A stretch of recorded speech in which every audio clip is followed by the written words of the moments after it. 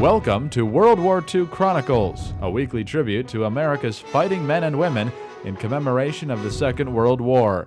These programs are narrated by Ed Herlihy and are based on the news broadcasts of the war period from the recorded sound collection of the National Archives in Washington, D.C.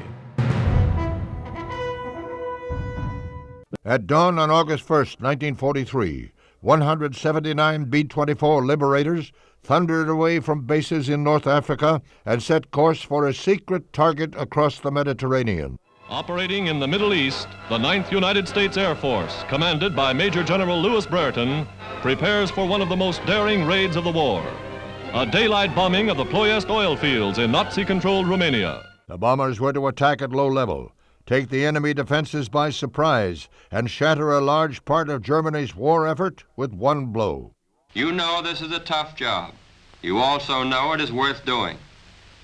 You know how lack of oil crippled Rommel at El Alamein. Mechanized war strangles and bogs down without oil. Romania's oil provides the fuel for the whole German fleet, for 1/2 of the German Air Force in Russia, for 1/3 the German Army. If you knock out Romania's refineries, and you take away the fuel from 90% of the whole Italian Navy, Army, and Air Force, and you may knock Italy right out of the war. Word comes from Cairo that American bombers did sufficiently terrible damage to the Ploiești oil fields yesterday to materially affect the course of the war. Of the more than 150 planes which took part, 53 failed to return. In human terms, 440 men were killed or missing. Germany is fighting back with increased firepower.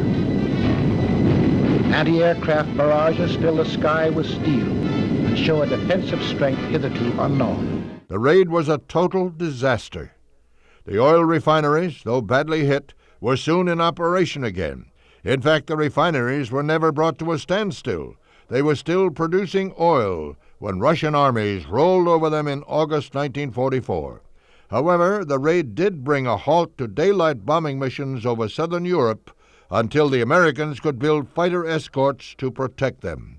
And production of the P-51 Mustang was speeded up with dramatic results. I'm Ed Herlihy. Join me next time for World War II Chronicles.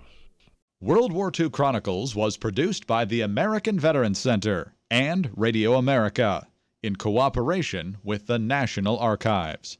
To listen to more episodes, subscribe on iTunes or visit AmericanVeteransCenter.org. We need your help to keep the legacy of our World War II generation alive.